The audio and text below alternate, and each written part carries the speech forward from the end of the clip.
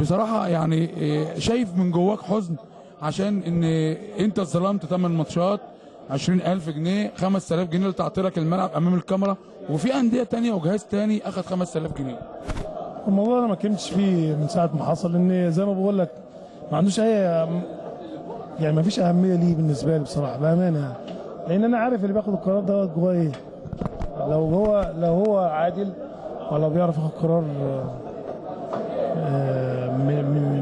مش من منطق في غل طبيعي يعني هو بياخد قرار او في حاسس ان هو على طول في نفس اليوم وثاني يوم وثالث يوم ورابع يوم حصل ماتشات، حصل مواقف صعبه جدا. ده بيثبت نفسه وللاسف. هو يعني هو صاحب القرار بيدين نفسه. احداث حصلت كتير، واحداث حصلت قبل وبعد في 4-5 ماتشات. بدايه كان من لقاء الاهلي والزمالك، وعمل ودنه من طين ودن عجين. وهو ما يفرقش عندي القرار بتاعه، ما يفرقش بالنسبه لي زي ما بقول لك، يعني مش تفرق خالص. انت يعني في نقطة حزن ولا حزن ولا حاجه. شايفك متضايق برضه. لا حزن ايه؟ ما احنا خلاص صرت خلاص اخدت في الشغل في المنظومه. انا مش مبسوط من المنظومه اللي شغاله دي، لان ما في ناس شغاله ممكن تكون ما لبستش شورت اصلا، من ضمن اللي بياخدوا قرارات ما لبسش الشورت. فعايز يعني ما ممكن ياخد قرار من جواه مش بيبقى مش صافي بتاع. فعشان كده هتزعل من ايه؟ تزعل مع حد ممكن لعب كوره كابتن ابراهيم حسن، مبروك نجحتم طبعا بصفتك انت وتوأمك حبيبك الكابتن حسام حسن في حصولكم على توقيع احمد كابوريا، احمد جمعه، محمد حمدي، احمد ياسر. تمام. و اربع لعيبه او 5 لعيبه، دول اللي هم كانوا العقود بتاعتهم وكابوريا منتهيه يعني او هتنتهي السنه اخر موسم ده. فاللعيبه طبعا هم سعداء ان هم موجودين، وهم عايزين يبقى موجودين كلنا كوحده واحده سواء مع نادي مصر او مع الجهاز. فهم ما عندهمش كان اي مشكله. الموضوع يعني دول لعيبه مهمه جدا، ولعيبه على اعلى مستوى اخلاقيا وفنيا، ومصر كل جماهير مصر المتابعه عارفين امكانياتهم. فاحنا طبعا الحمد لله يعني نجحنا، وهم طبعا سعداء ان احنا يبقوا موجودين مع النادي المصري. فدي النهارده كان حصل توقيع، وكان في قبل كده برضو من خلال ايام برضو كان بعضهم كان موقع. فان شاء الله يبقوا اضافه، وان شاء الله يكملوا المسيره، وان شاء الله بقى نعمل اضافه ليهم كمان في الموسم الجاي مع زمايلهم الموجودين في القائمه. فاحنا بنتطلع ان احنا نعمل احسن حاجه للمكان اللي احنا موجودين فيه، وخصوصا ما يكون مكان عزيز عليك.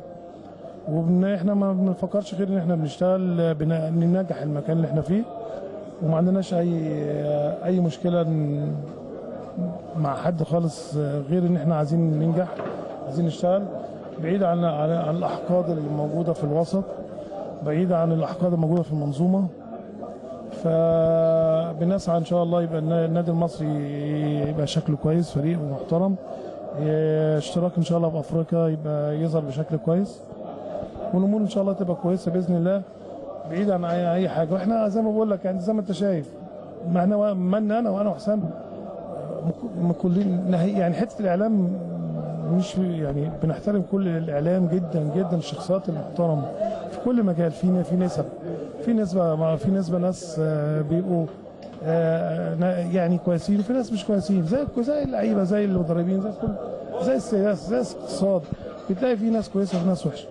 فاحنا في ناس محترمه بنحترمها طبعا في الاعلام، انما احنا بنوصل رساله. انا وحسام مش بتاع شو اعلامي، مالناش في الاعلام، لينا في الشغل بس بنجتهد. ولما حد بيطلب مننا من الساده الاعلاميين باحترام اي سؤال اي معلومه بنديها له.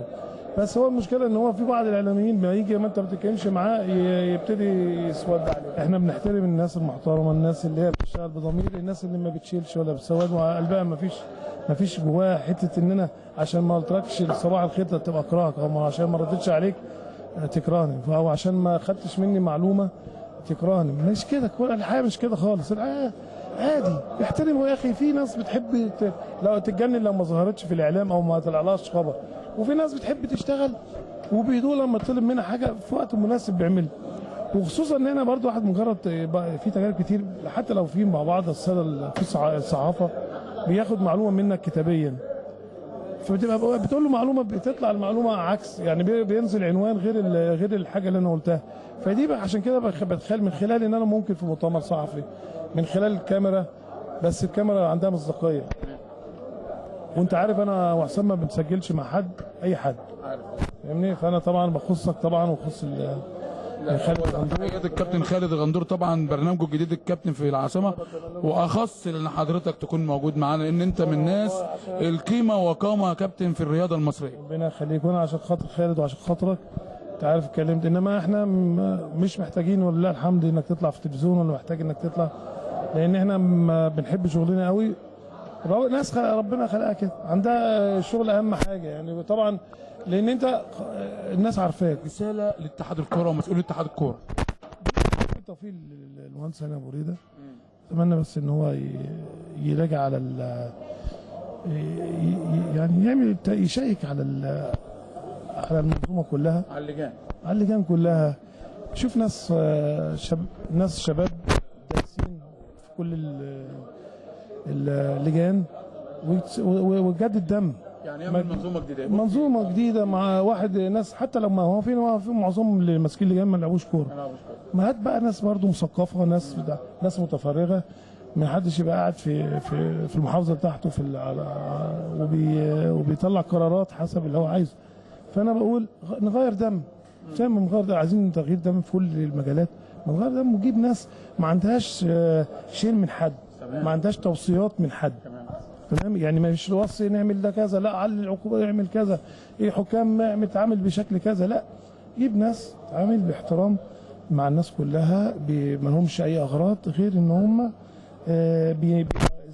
زي مثلا اتحاد اسباني، اتحاد انجليزي، اتحاد الماني.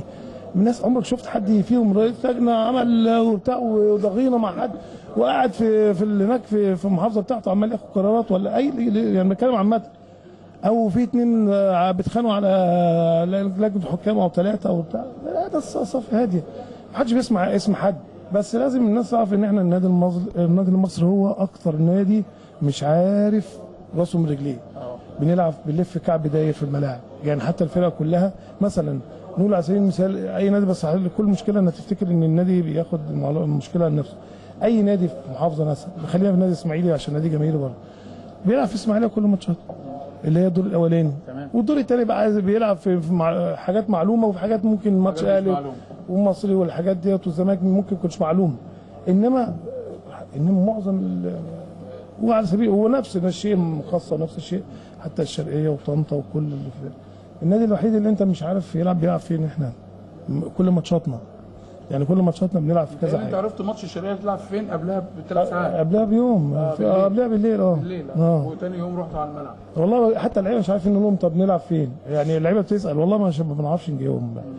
فانا ادام انا بمشي بالباص وبتحرك في كل حته، لعبنا على الانديه اللي يعني غير اهلي وزمالك، لعبني في ملعب هنا في ملعب بورسعيد، بنلعب النادي المصري، وامنيا وحط جيش واعمل زي ما بتعمل في كل الملاعب، مش هيحصل حاجه. احنا اللي مضخمين الموضوع، انما الموضوع سهل والدنيا بقت احسن والعلاقات بقت احسن والناس قدرت والناس بتفهم الاوضاع بقت ايه، انما احنا اللي طول ما انت بتخاف من العفريت يطلع لك يعني.